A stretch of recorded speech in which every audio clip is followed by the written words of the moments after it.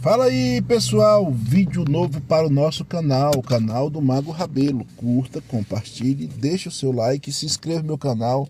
Lógico, se o meu conteúdo for de bom agrado para a sua pesquisa. Pessoal, eu vou fazer hoje um react a um debate que ocorreu no canal do Antônio Miranda entre meu professor, o Matheus Fujita, né?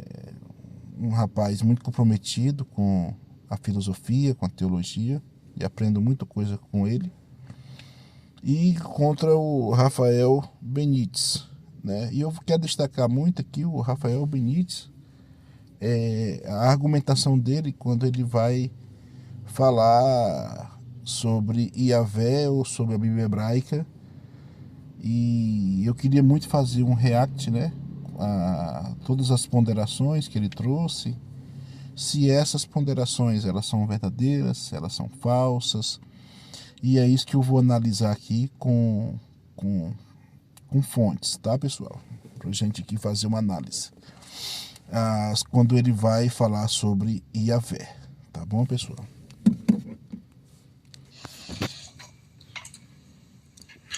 Já tá contando? Só um minutinho. Tá preparado aí? Deixa eu só ver se eu tô com o controle. Tô preparado. Tá. Então, quando você falar, pode? Pode. 3, 2, 1, foi. Bom, eu vou responder ao que o meu adversário trouxe na minha próxima fala, porque como ele eu gostaria de iniciar com um conteúdo que eu preparei como contraponto à proposta dele. E esse conteúdo é bastante longo, eu nem sei se eu vou conseguir apresentar tudo. São 80 e poucos slides, então eu vou tentar fazer o que der com o tempo. E para que eu não deixe de trazer o meu conteúdo, eu vou garantir uma fala, uma arguição já mais dirigida aqui nesse primeiro momento. Bom, eu queria começar com Yahvé, como vocês podem ver, mas vamos pensar em um outro paradigma de divindades, como, por exemplo, na Grécia politeísta. Havia uma divindade chamada Ares, que era a divindade da guerra, associada à guerra.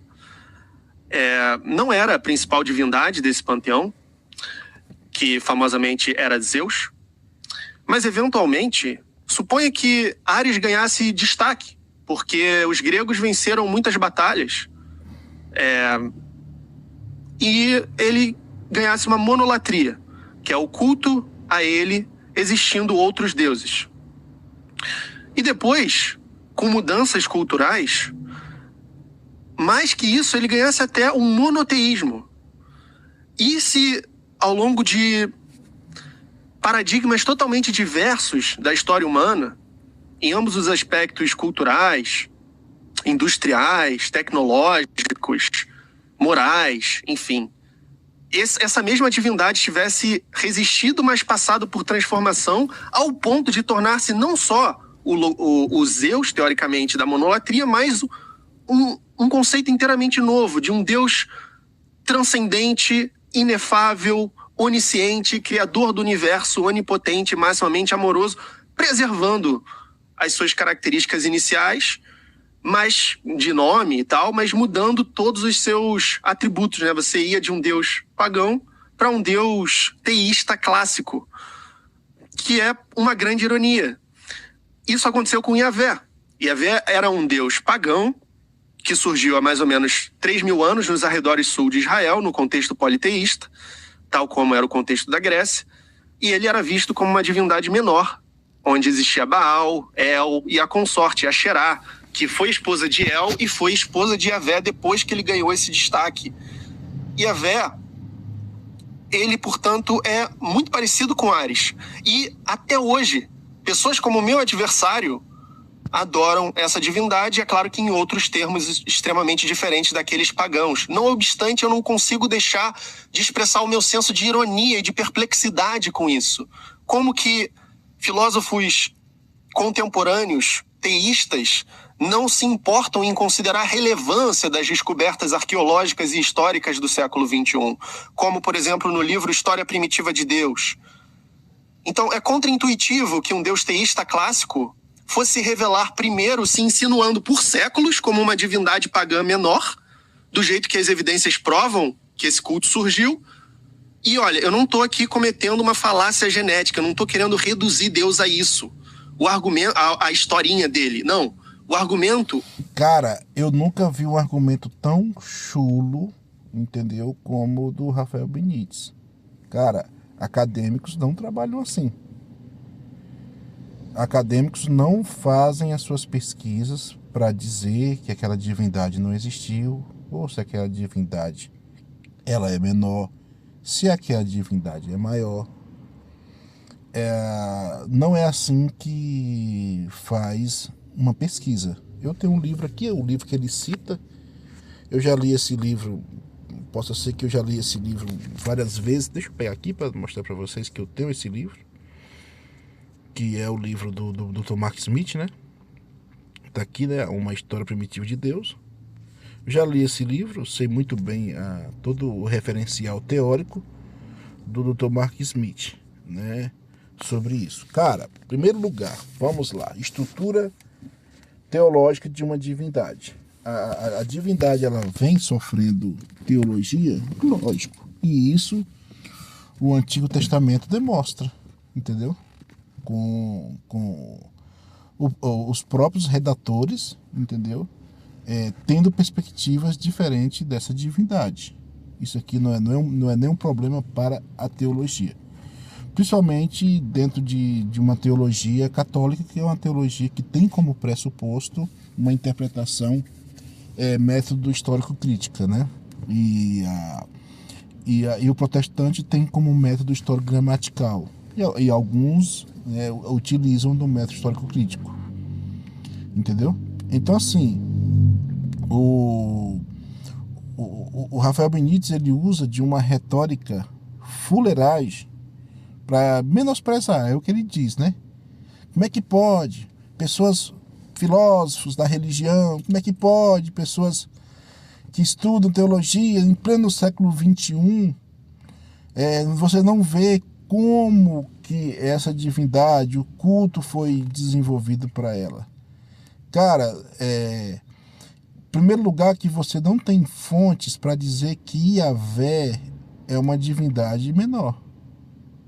Porque Yahvé é demonstrado na fonte, que quando você usa a Bíblia hebraica, você está falando de fonte.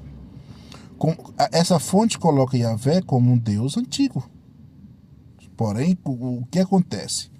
Quando você vai trabalhar a divindade historiograficamente para saber quando é que essa sociedade começou a descrever sobre Yahvé, aí o que acontece? Nós não temos fontes extras bíblicas para dizer como que essa divindade, né, o Yud Rei Vav Rei, entendeu?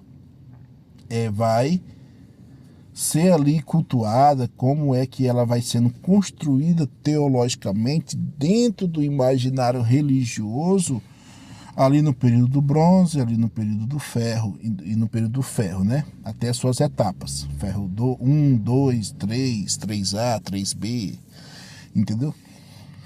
Como é que ela foi ali sendo desenvolvida. Só que você não tem evidências históricas. Então, por que você não tem evidências históricas, logo ele é um Deus menor? Não, não é assim. Entendeu? A divindade faz parte de um panteão? Com certeza. Mas quer dizer que ela é menor? Entendeu? Isso não é um argumento, entendeu, pessoal? Isso não é um argumento sólido, nem válido. Entendeu? Porque você vai cair como ele disse, né? Ele mesmo diz, né? Ele tenta justificar que não vai cair em um erro genético, né? Ou seja, generalizando a divindade com as demais, entendeu? Vamos ouvir aqui. Não é que o Deus teísta é falso porque ele teria se revelado assim, o ponto é outro. Se o Deus teísta fosse verdadeiro e fosse Yahvé, a revelação deveria ter sido mais transparente, direta e consistente com seus atributos teístas, como aqueles que meu adversário elencou na sua argumentação, com destaque para a bondade, que é um assunto que não condiz tanto assim com o Antigo Testamento, e a gente vai falar muito sobre isso. Bom, algumas passagens que atestam essas descobertas. Passagens como Deuteronômio 32, 8, 9 sugerem um vestígio literário da assimilação inicial de Yahvé, o deus guerreiro sulista, para o panteísmo mais amplo da região montanhosa, liderada por El. Outros textos apontam para Asherá, Baal e outras divindades como membros desse panteão. Com o tempo, El e Yahvé foram mutuamente identificados entre si, enquanto Yahvé e Baal coexistiram mais tarde, competindo como deuses guerreiros. Como o capítulo seguinte sugere, um elemento dessa competição envolveu a assimilação de Yahvé da linguagem e de motivos originalmente associados a Baal. Então ele pegou ali características de vários deuses e depois vai ter a transformação ainda maior com a consolidação do monoteísmo. A partir dos pressupostos colocados a respeito do contexto politeísta que perdurou até o reinado de Ezequias e Josias em Judá, ainda que pesquisadores afirmem que não cessou aí, pode-se agora demonstrar, por evidências textuais da Bíblia hebraica, sinais de um Yahvé mais primitivo, no sentido do primeiro, mais antigo, que sem dificuldade alguma conviveu com outras divindades e teve seu culto pacificamente compartilhado com elas. Cara, isso aqui é falso. Por quê? Eu vou explicar para vocês.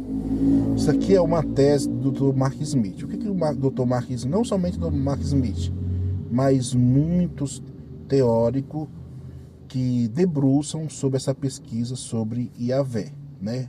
Eles tentam ali fazer um rastreio, como essa divindade ela vem se comportando dentro da teologia, dentro do imaginário religioso, né? O que acontece? Existia um fenômeno em Ugarit, em Canaã, tá? Não somente em Ugarit, em Canaã, mas também entre os fenícios também aconteceu também. Foi acontecendo isso é coisa bem natural, entendeu? O que acontece? No período do bronze, quem era o deus ocioso? Era El. Tá? Só que El, a palavra El, é tanto designado para uma divindade e é tanto para se referir a uma outra divindade como Deus. Então ele é um nome genérico, é um nome apelativo. Tá bom? Só para vocês aqui entender, tá? Que vem da palavra Ilu, né, do acadiano. Aí vem para o árabe Ilá e para o hebraico El. Tá bom, pessoal? Só pra gente aqui entender. O que eles começaram a observar? Que El, entre a transição do período do bronze para o período do ferro, El começou a perder esse poder de ser o deus maioral do panteão. Porque El sempre foi visto, pessoal, como uma divindade, entendeu? Pacífica, amorosa, como um velhinho, você entendeu? Como um patriarca, você entendeu? Só que Baal já era um deus mais guerreiro, um deus mais forte, um deus... Por que você encontra isso? Porque nos círculos de Baal você vai ter o mito, né, que chamamos mito de combate, entre Baal e outras divindades. Baal vezes Ian, Baal vezes Mote. Então, no mito de combate, Baal, ele é um deus guerreiro, ele luta. Assim como Yahvé luta também, lá nos Salmos também, contra o Leviatã. Então, ambos são assimilados como um deus da guerra. Porém, pessoal, há uma diferença entre Yahvé e entre Baal. Porque todas as características que foi dado para Baal é no período do bronze, é no período do ferro, entendeu? Ferro 1, né? Ferro 2. Dentro de uma perspectiva social daquela época, entendeu? Só que Yahvé, ele já é bem diferenciado. Por quê? Por que Yahvé é bem diferenciado? Porque se você for lá no livro As Origens da Torá, de Thomas Romer, principalmente na página 26, Thomas Romer e Israel Finkelstein, o que eles vão dizer? Que os textos bíblicos não foram escritos no período da monarquia, entendeu? Aonde o monarca tinha esse conceito de uma divindade mais mais guerreira, entendeu? Assim como os grandes monarcas eram, grandes guerreiros, grandes líderes, né? Homens que eram forjados para a guerra, forjava a sua nação para a guerra, para conquistar territórios, entendeu? Para conquistar contra os filisteus, contra Arã, no caso Israel, né? Judá já era mais pacato. Judá já era mais um reino mais vassalo, diferentemente de Israel, que se tornou mais robusto socialmente ali no período ali do ferro, entendeu? Século VIII, século VII. Depois eles são derrotados pelos assírios, entendeu? E que começa o processo da não vassalagem para os assírios. Eles começam a descer para o sul de Canaã, a elite vai para o sul de Canaã, agora Judá se torna Israel e Israel se torna Judá. Dá-se a entender que o conceito de Israel não é um conceito de terra, mas é um conceito de pessoas, tá bom? Porque depois Judá se torna Israel, tá bom? Então, assim, os textos bíblicos, eles começam a ser escritos, a ser desenvolvidos no período pós-exílio. No período pós-exílio, você tem uma característica de seres divinos, ou de divindade, muito parecido com a estrutura social persa, onde que as divindades, elas têm um conceito muito mais para imperador, entendeu? Não é somente um Deus local, mas é um Deus que rege todas as nações estão debaixo do seu poder, diferentemente de Baal, de El, entendeu? Dessas divindades aí que foram sendo produzidas em um contexto totalmente diferente, ou seja, era um Deus mais nacional, era um Deus mais local, diferentemente do conceito que nós temos de Yahvé ali no texto hebraico, que é um Deus dos deuses, que é o Deus que está acima de todos os deuses, é acima de todas as nações, é um Deus que rege todos os povos. Você sempre vai ver esse texto, essa perspectiva teológica dentro dos textos desde Gênesis, no Êxodo, no Deuteronômio, nos Levíticos, principalmente nesse texto que ele trouxe 32, 8, 9, né, o El Elyon, ou seja, que Yahvé está acima de todos os deuses, ele é o Deus que está acima de todos. Isso demonstra que a estrutura social por trás dessa divindade, entendeu? É um conceito de uma divindade imperial e não de um conceito de Deus local como era El, entendeu? E Yahvé. Ó, uma coisa bem interessante, tá, pessoal? Vou mostrar para vocês aqui. Eu vou mostrar para vocês uma coisa bem interessante em um texto que foi achado sobre Dagã entre os fenícios. Lá você vai ver a palavra Il Dagã, ou seja, El Dagã, ou seja, o Deus Dagã. Entendeu? Que é um texto muito antigo. Espera aí que eu vou abrir aqui para vocês verem.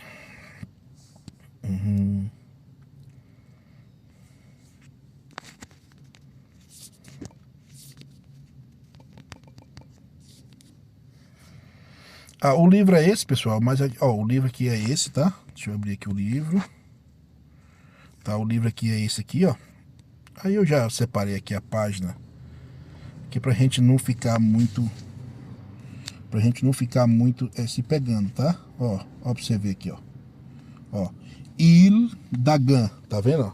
Il Dagã. Dagã era o deus maioral dos fenícios, tá vendo? Ó? Meu Deus é Dagã, tá vendo? Ó?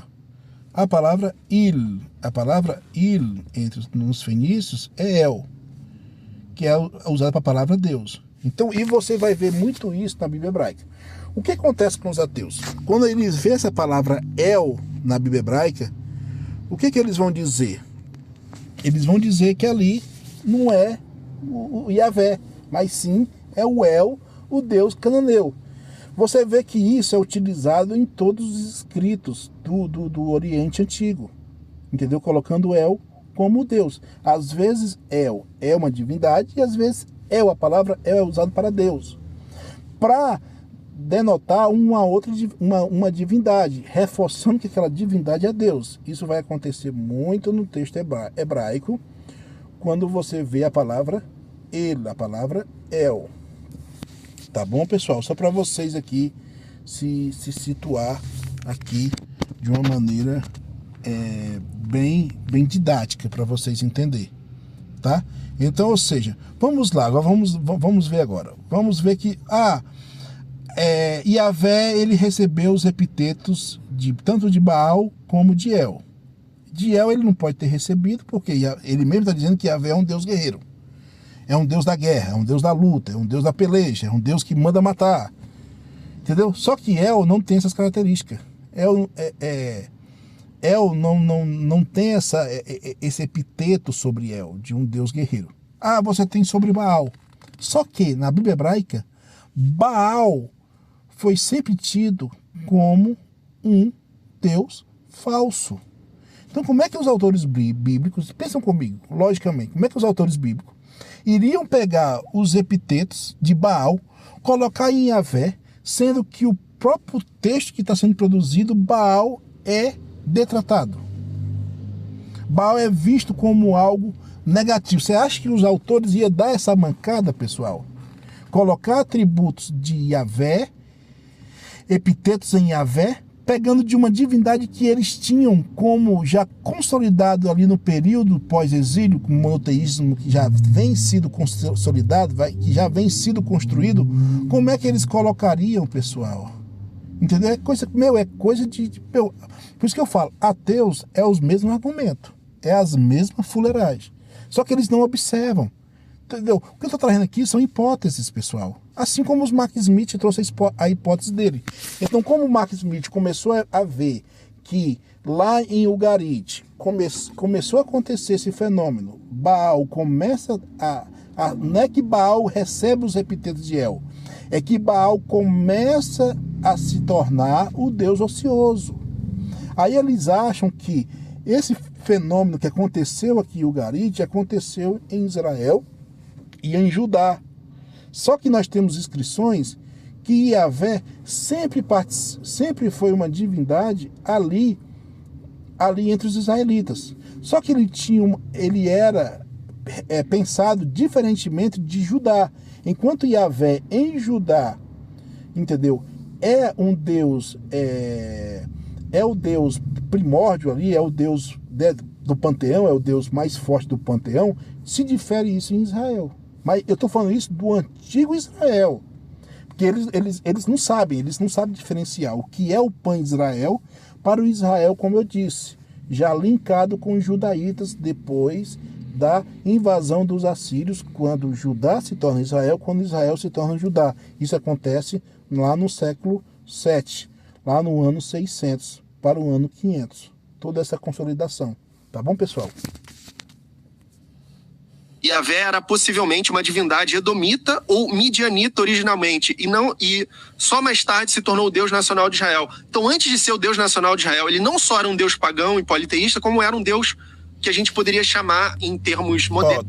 O próprio Thomas, né? Ele vai dizer que é possível. Ele não está batendo o martelo, não, cara. Ele está dizendo que é possível, através dos dados que ele achou, é possível que Israel fazia parte de um panteão, entendeu? E que esse panteão ele foi se desenvolvido, mas isso é possivelmente. E o cara não tá batendo o martelo aqui, ó. Da localização de árabe, um deus ali das regiões nos arredores de Israel, e depois ele entra e ganha esse destaque. Os hinos antigos descrevem Yahvé como Deus que veio de fora, marchando com seu exército celestial. Isso é liturgia de guerra, não teologia metafísica. Como depois, muitos dos escritos sobre Yahvé seriam transmutados pela tradição monoteísta. Essa é uma evidência muito importante de Kuntiles Ajrut, que mostra Yahvé e Asherá, um achado arqueológico, mostra Yahvé substituindo El com Asherá, né, como esposa, que era antes de El. E veja como que ele está aqui sendo retratado de um jeito muito tipicamente pagão e antropomórfico, o que é algo muito arcaico do período. É tão antropomórfico que você pode ver até um órgão sexual, sem, é claro, querer desrespeitar nem nada, mas você vê chifres, você vê bigode, enfim. Então, essa é a divindade que cristãos supostamente cultuam até hoje, ou pelo menos como ela foi representada no começo, e aí volta para o argumento, seria muito estranho e contraintuitivo um Deus... Primeiro lugar, se um ateu ele quer ser cientista, se ele quer trabalhar criticamente, ele tem que entender que existe um debate sobre essa iconografia, tá bom? Existe um debate. Qual é o debate? Se ali é Asherá e se ali é Yahvé. Então, há uma gama, né, de exegetas, de críticos que vão dizer que ali é Yahvé e Asherá. Mas também há uma gama de intérpretes que interpretaram que ali não é Yahvé e Asherá, mas que ali são figuras de Béis. O que são Béis? São divindades egípcias. Deixa eu ver se eu acho aqui uma foto. Eu até mandei aqui a foto para alguém, só para a gente aqui tentar aqui elucidar. Vamos aqui, peraí, deixa eu ver aqui se eu acho aqui, deixa eu ver. Quem explica muito bem isso aí é o Henrique, tá? O Henrique do canal do canal de história. Essa aqui é a figura, ele fez uma análise muito boa, ele foi crítico. O Henrique foi crítico sobre isso aqui, ele está correto. O que ele disse está correto. E ele vai mais para essa interpretação. Isso aqui, pessoal, é a figura do Béis, né? Que são divindades menores que estão ligados à alegria, à música, entendeu? Tá vendo aqui, pessoal, nesse Béis aqui, que é um achado arqueológico. Foi achado aqui as vestes sacerdotais dos egípcios eram compostos de couro de leopardo. E aquilo ali que ele fala que é um pênis, né? Na verdade não é um pênis, pessoal. Na verdade é essa roupa de leopardo. E o rabo do leopardo embaixo. Então essa divindade ela era imaginada dentro de um contexto sacerdotal, em que o sacerdote vestia uma roupa de leopardo, né? Com couro de leopardo. E aquilo ali era um rabo. Então assim, se ele é um ateu, se ele é crítico, tá? Ele tem que trazer o quê? As duas interpretações. A primeira interpretação, que é Asherá e Yahvé, né? E a segunda interpretação, que ali é Béis. Para mim, ali está essa figura, é Béis. Entendeu? É a figura da divindade Béis. Ou seja, mentiu. Mentiu na cara dura. Entendeu, pessoal? Que veja bem, se você é um ateu, você pode trazer? Pode, lógico que você pode trazer. Mas você afirmar categoricamente que ali é Yahvé e ali é Asherá, aí o que você tem que dizer? É você jogar as outras interpretações, porque nós estamos trabalhando com subjetividade, com algo que foi achado pela arqueologia, que é um debate interpretativo. Então assim, cara, presta atenção, todos os ateus usam esse argumento, só que eles não demonstram que isso está sendo debatido. Com esses atributos todos, se insinuar assim devagarzinho, para só depois acontecer a revelação mesmo, né? Pessoal, aqui foi minha análise, tá bom? Eu só vou fazer a análise dessa parte, porque veja que requer muita doutrina, requer muito de ensinar, de demonstrar, entendeu? Assim, o que eu vejo nos ateus, pessoal, é muita falta de honestidade, a própria acadêmica, porque a academia ela não trabalha com uma verdade absoluta. A academia trabalha com hipóteses, com teorias, entendeu? Com algo subjetivo, e ele quer demonstrar que aquilo dali é algo que fosse absoluto, e não é dentro da academia. Então, você aí se inscreve no meu canal, deixa o seu like, e você mesmo tira as suas ponderações, tá bom, pessoal? Tem um livro aqui muito interessante, né, que é o livro aqui do próprio... deixa eu mostrar aqui para vocês.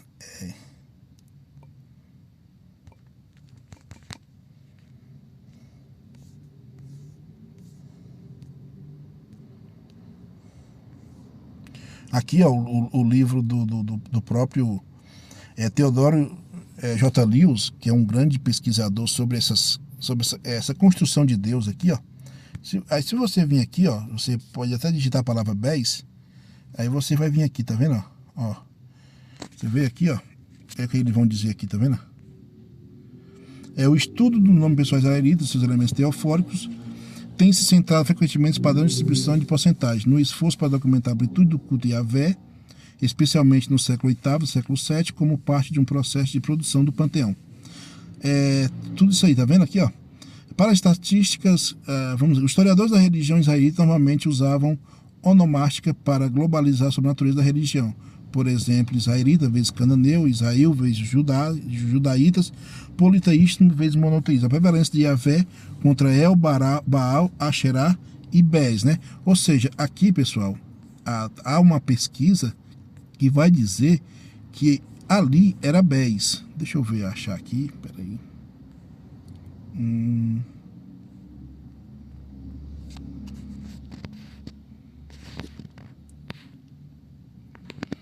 Tá vendo aqui, ó? Olha aqui, esse próprio autor vai dizer que essas imagens aqui, na verdade, ó, uma representação de duas figuras em pé semelhante a Bés e um tocador de lira, sentado, que alguns estudiosos questionavelmente vê como a deusa Asherá, do sítio da Idade de Ferro 2 e de Arhud, tá vendo? Ou seja, muitos vão dizer que ali é o Bés, não é Asherá e nem Yahvé, tá bom, pessoal? Então se inscreva no meu canal e deixe o seu like.